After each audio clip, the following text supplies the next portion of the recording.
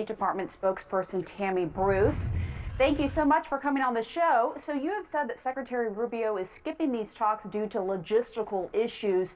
Can you give us any more specifics on why the secretary will no longer attend? You know, I really will not speak to issues that have landed regarding negotiations or diplomatic discussions, but he has a tweet out. There's been certainly more discussions in general. We know General Kellogg certainly has been in London. So things are certainly moving on and being discussed. You just had a clip, of course, from the vice president in that regard. So that's the extent to which I'll address that. The secretary is canceling this trip to London at a critical time when both he and the vice president have said that they're willing to walk away from this if there is not progress made. And I think that is key here. Does this have anything to do with Zelensky rejecting a key part of the U.S. proposal, which is recognizing Russian control over Crimea? Well, you know, most of what you're asking also relies on speculation, relies on maybe an individual report or rumors or even gossip. What specifically? So I'm certainly not, all of what you've said is details regarding what maybe was reported or amused about what maybe was presented, but that's not what we're going to do here. And that doesn't help the nature of the genuine conversations, the genuine summits, the genuine exchanges between leaders. You've got people, certainly in the United States, the President of the United States and the Secretary of State, who've made it clear their commitment. But he also has said that, in fact, if there's a point where people don't seem to be serious, at NATO, he noted it would be a matter of weeks where we determined whether Russia was serious.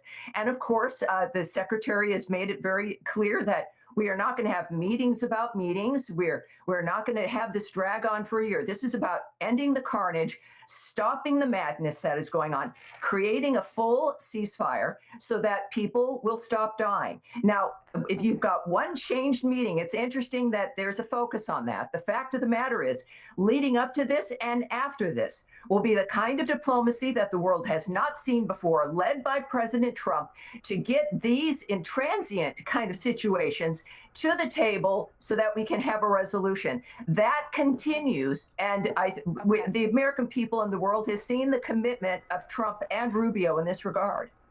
All right, let me just follow up with that, because what I said is actually what Zelensky himself said. This wasn't just, reporting that's floating around out there by anonymous sources. Zelensky himself said that he will not accept Russia controlling Crimea, which is part of the U.S. proposal. In 2014, then Senator Rubio, now Secretary of State, said, quote, "It's quite shocking and frankly outrageous how they're getting away with this," talking about Russia's invasion of Crimea.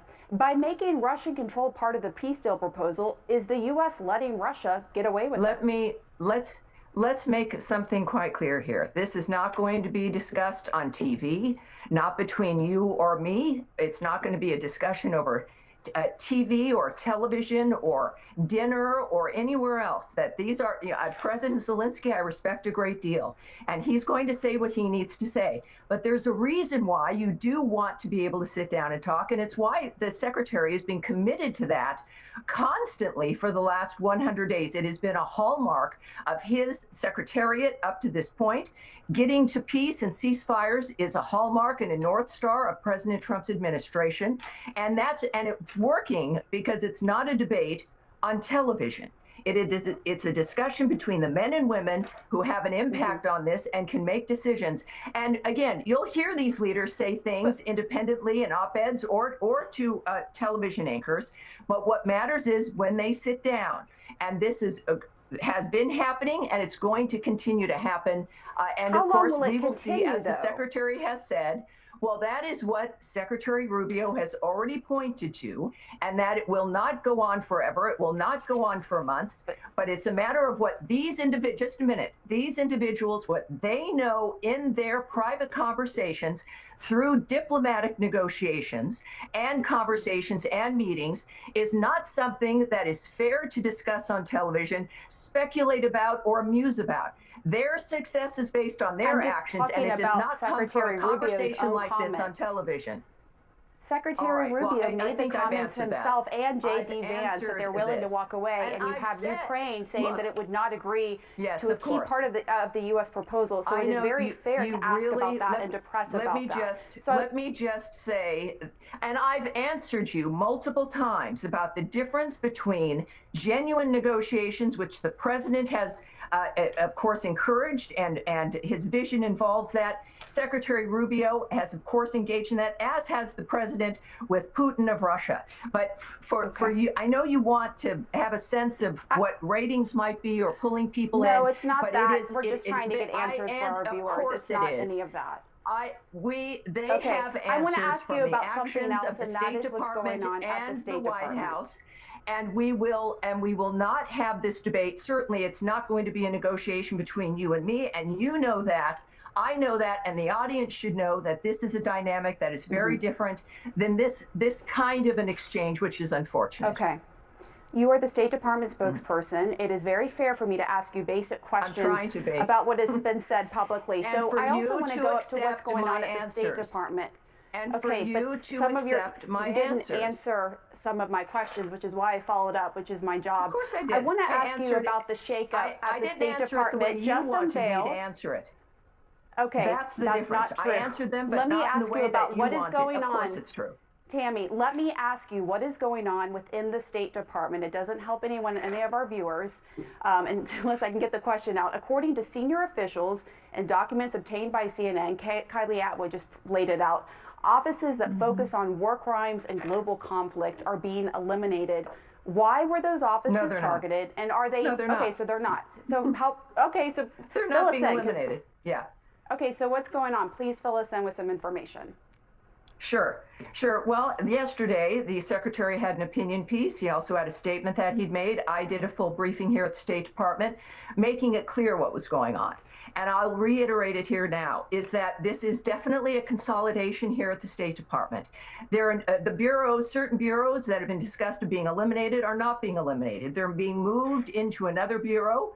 Perhaps they're being consolidated, but the work that matters to people, that has always mattered to the State Department, that we are the hallmark of, continues. And it is a dynamic where you've got such a system that has been moving and growing so large to where it has become unmovable and dysfunctional to being able to get the work done that the American people want done.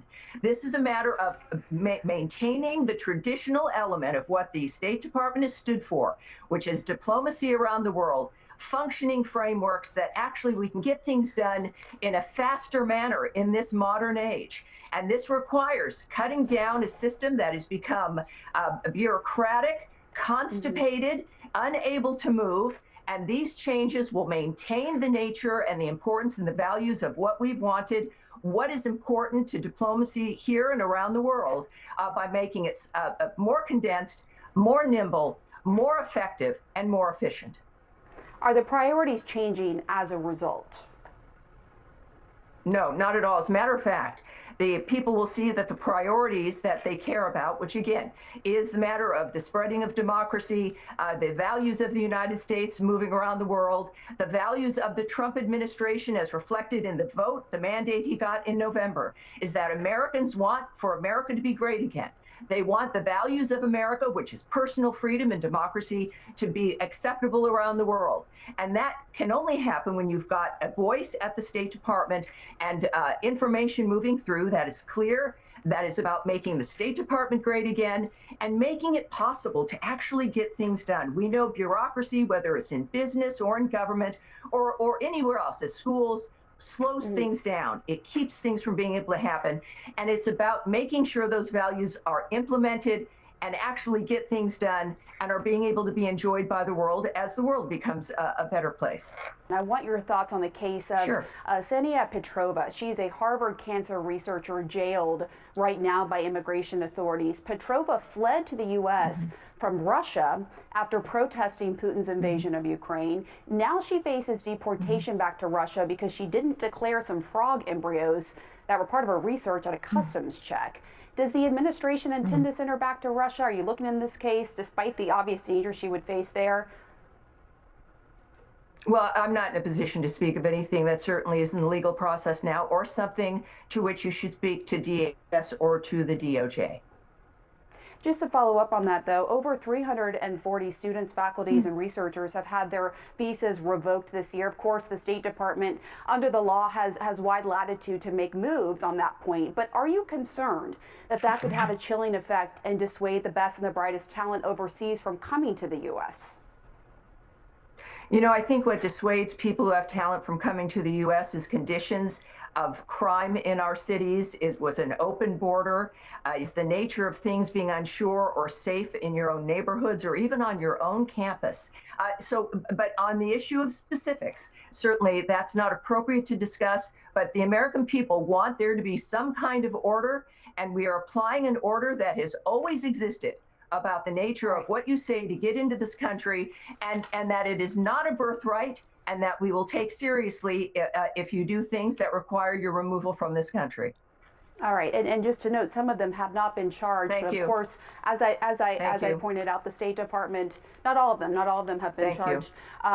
Thank you very much, Tammy Bruce. I really appreciate you coming on the show. I'm not going to speak about the legal dynamics, but thank you. That's okay, but thank you, Tammy. Thank you. I do appreciate your time coming on the show, talking about these important issues. I hope you'll come back. Thank you. Sure.